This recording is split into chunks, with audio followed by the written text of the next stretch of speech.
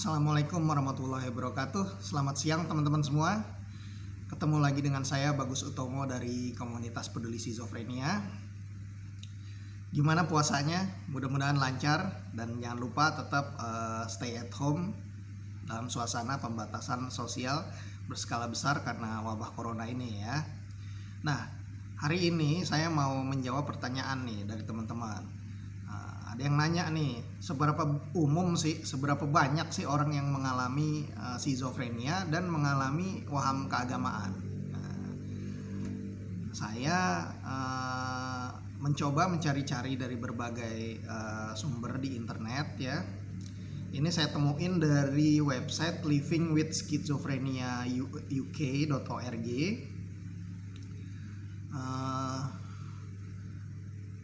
Yang dia mengutip beberapa penelitian dari para ahli ya.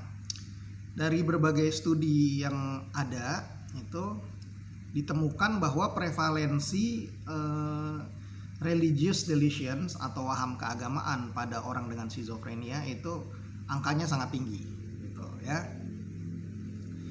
Nah, menurut Dr. Fuller Torrey dari Amerika Serikat di bukunya itu Surviving Schizophrenia diungkapkan bahwa setidaknya separuh dari pasien skizofrenia itu mengalami waham keagamaan.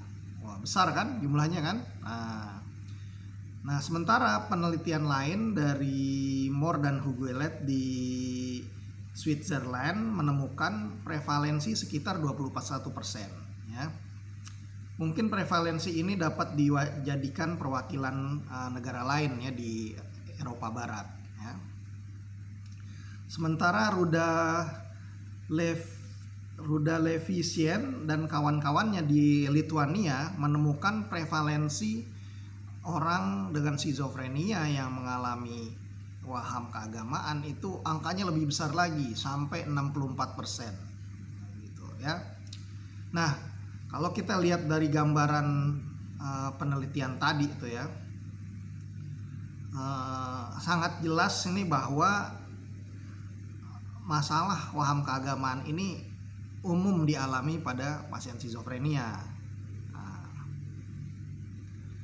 Nah, para psikiater sering saya yakin menemukan fenomena ini dan dia membuat istilah ada religiosity atau religiositas atau religious preoccupation atau terobsesi agama ya atau kerasukan agama. Ada juga istilah-istilah lain yang sangat bernuansa budaya masing-masing. Nah,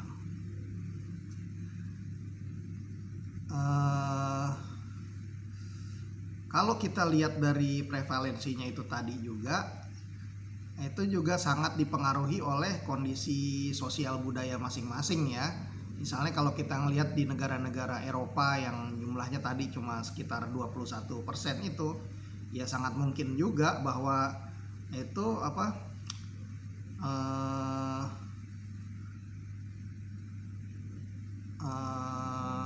di sana angkanya segitu karena sekarang ini juga orang di Eropa udah lebih rasional pola berpikirnya gitu, sehingga dia lebih logis lah gitu. Jadi dia nggak mudah percaya pada hal-hal yang seperti itu gitu ya. Tapi di negara-negara lain, misalnya tadi kita lihat di Lituania gitu, di mana peran agama, terus kemudian adat-adat istiadat yang ada ininya, ada aspek budayanya, itu mungkin akan lebih banyak angkanya. Di Indonesia saya rasa angkanya banyak karena yaitu orang masih percaya klinik-klinik, terus kemudian masih percaya pada hal-hal yang gaib gitu ya. Jadi dia nggak ngelihat sebagai rasionalitasnya kurang gitu loh di sini. Jadi pasti angkanya lebih banyak ya. Atau juga ketika di budaya kita itu masalah religiusitasnya masih tinggi ya, seringkali juga ODS ya, kalau nggak terlalu nyeleneh amat itu seringkali dianggap dia religius. Nah, padahal dia udah keyakinannya udah agak nyeleneh itu di situ. Nah, ya. Jadi kita mesti hati-hati sebenarnya, justru orang yang kaum agama juga mesti hati-hati. Ini orang ini religius apa dia udah berwaham keagamaan. Ketika dia misalnya udah saklek-saklek banget apa pemahaman di tengah agama, oh hati-hati, itu sebenarnya mungkin dia bukan religius tapi dia malahan berwaham keagamaan. Mulai dia mengkafirkan orang lain. Nah, itu saya khawatir tuh sebenarnya orang udah berwaham keagamaan. Ya. Gitu. Jadi angkanya memang bervariasi, tetapi kalau kita melihat secara umum gitu ya, kalau Dr. Fullerton kan di Amerika Serikat ya, itu antara liberal juga tapi ada kelompok agamanya yang juga masih sangat konservatif ya, kita lihat dia masih separuh 50-50. Berarti kemungkinan kalau di negara-negara berkembang itu angkanya nggak jauh nih dari kayak yang seperti di Lituania tadi, angkanya 60%-an gitu ya, 64%-an. Nah, ini yang seringkali juga membuat kita menyulitkan juga penanganan skizofrenia, karena kadang-kadang ketika dia terobsesi pada agama gitu secara ekstrim, bagi lingkungannya dianggap itu peningkatan spiritualitas atau religiusitas. Akibatnya bukannya dibawa ke psikiater, malah dianggap dia mendapatkan pencerahan dari Tuhan. Nah, akhirnya dia udah dapat pengikut dulu baru ribut. Nah, itu ya. Jadi teman-teman semua mesti mempelajari nih hal seperti ini supaya bisa membedakan tadi antara orang yang secara religius atau spiritualitasnya meningkat atau dia sebenarnya udah masuk ke waham keagamaan, sehingga tidak menimbulkan masalah di kemudian hari gitu ketika dia udah mulai nyeleneh gitu ya. Ya mungkin itu aja secara singkat, teman-teman nanti bisa dibaca sendiri nih, ada ada websitenya livingwithschizophrenia.uk.org,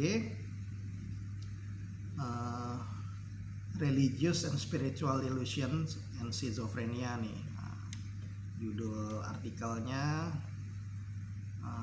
Ya betul, Religious and Spiritual Illusions in Schizophrenia. Nanti dibaca sendiri karena nih delusi keagamaan ini bukan cuma di agama Islam aja tapi di semua agama gitu ya. Jadi ini harus menjadi perhatian kita supaya kita bisa membedakan itu dan segera membawa orang yang memiliki gejala skizofrenia dan berwaham keagamaan segera dibawa ke psikiater supaya mendapat pengobatan yang baik. Itu aja teman-teman, terima kasih banyak. Semoga jawaban saya menjawab keingintahuan teman-teman. Jangan lupa subscribe dan tombol loncengnya. Terima kasih. Wassalamualaikum warahmatullahi wabarakatuh. Salam sehat jiwa.